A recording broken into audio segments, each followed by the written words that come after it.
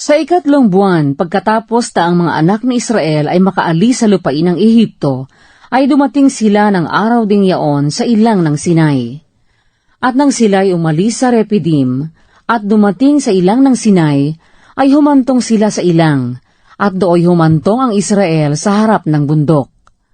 At si Moises ay lumapit sa Diyos, at tinawag ng Panginoon siya mula sa bundok, na sinasabi, "Ganito mo sasabihin sa sangbahayan ni Jacob, at sasaysayin sa mga anak ni Israel. Inyong nakita ang aking ginawa sa mga Ehipsyo, at kung paanong dinala ko kayo sa mga pakpak ng agila, at kayo inilapit ko sa akin din. Kaya't ngayon, kung tunay na inyong susundin ang aking tinig, at iingatan ang aking tipan, ay magiging isang tanging kayamanan nga kayo sa akin, na higit sa lahat ng bayan, sapagkat ang buong lupa ay akin. At kayo'y magiging isang kaharian ng mga saserdote sa akin, at isang banal na bansa. Ito ang mga salita na inyong sasalitain sa mga anak ni Israel." At dumating si Moises at tinawag ang mga matanda sa bayan, at ipinahayag sa harap nila ang lahat ng salitang ito na iniuutos ng Panginoon sa kanya. At ang buong bayan ay sumagot na magkakaisa at nagsabi, "Yaong lahat na sinalita ng Panginoon ay aming gagawin." At ipinagbigay alam ni Moises ang mga salita ng bayan sa Panginoon. At sinabi ng Panginoon kay Moises, "Narito, ako'y naparirito sa iyo sa isang salimuot na ulap, upang marinig ng bayan pagka ako'y magsasalita sa iyo, at paniwalaan ka rin naman nila magpakailanman." At sinalita ni Moises ang mga salita ng bayan sa Panginoon. At sinabi ng Panginoon kay Moises, "Pumaroon ka sa bayan, at papagbanalin mo sila ngayon at bukas, at labhan nila ang kanilang mga damit, at humanda sa 3 araw, sapagkat sa 3 araw ay bababa ang Panginoon sa paningin ng buong bayan sa ibabaw ng bundok ng Sinai. At lalagyan mo ng mga hangganan ang bayan sa palibot, na iyong sasabihin, mag-ingat kayo na kayo'y huwag sumampa sa bundok o sumalang sa hangganan. Sino mang sumalang sa bundok ay papatayin na walang pagsala. Walang kamay na hihipo sa kanya, kundi siya'y tunay na babatuhin o papanain, maging hayop o tao ay hindi mabubuhay.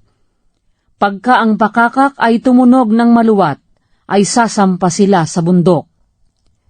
At bumaba si Moises sa bayan mula sa bundok, at pinakabanal ang bayan, at sila'y naglaba ng kanilang mga damit. At kanyang sinabi sa bayan, "Humanda kayo sa 3 araw, huwag kayong sumiping sa babae." At nangyari ng 3 araw, ng umaga, na kumulog at kumidlat, at may isang salimuot na ulap sa ibabaw ng bundok, at ang tunog ng pakakak ay napakalakas, at ang buong bayan na nasa kampamento ay nanginig. At inilabas ni Moises ang bayan sa kampamento upang salubungin ang Diyos, at sila'y tumayo sa paanan ng bundok. At ang buong bundok ng Sinai ay umuusok, sapagkat ang Panginoon ay bumaba sa ibabaw niyaon na nasa apoy, at ang usok niyaon ay napaiilang lang na parang usok ng isang horno, at ang buong bundok ay umuugang mainam. At nang lumalakas ang tunog ng pakakak, ay nagsasalita si Moises, at sinasagot siya ng Diyos sa pamamagitan ng tinig. At ang Panginoon ay bumaba sa ibabaw ng bundok ng Sinai, sa taluktok ng bundok, at tinawag ng Panginoon si Moises sa taluktok ng bundok, at si Moises ay sumampa. At sinabi ng Panginoon kay Moises, "Bumaba ka, pagbilinan mo ang bayan, baka sila'y lumagpas upang makita ang Panginoon at mamatay ang karamihan sa kanila. At gayon din ang mga saserdote na lumalapit sa Panginoon ay papagbanalin mo. baka ang Panginoon ay hindi makapagpigil sa kanila. At sinabi ni Moises sa Panginoon, ang bayay hindi makasasampa sa bundok ng Sinai, sapagkat iyong pinagbilinan kami, na iyong sinabi, lagyan mo ng hangganan sa palibot ang bundok, at iyong ariing banal. At sinabi ng Panginoon sa kanya, yumaon ka, bumaba ka, at ikaw ay sasampa, ikaw at si Aaron na iyong kasama.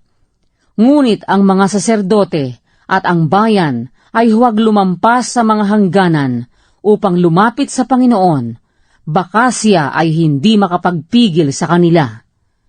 Sa gayoy bumaba si Moises sa bayan at isinaysay sa kanila.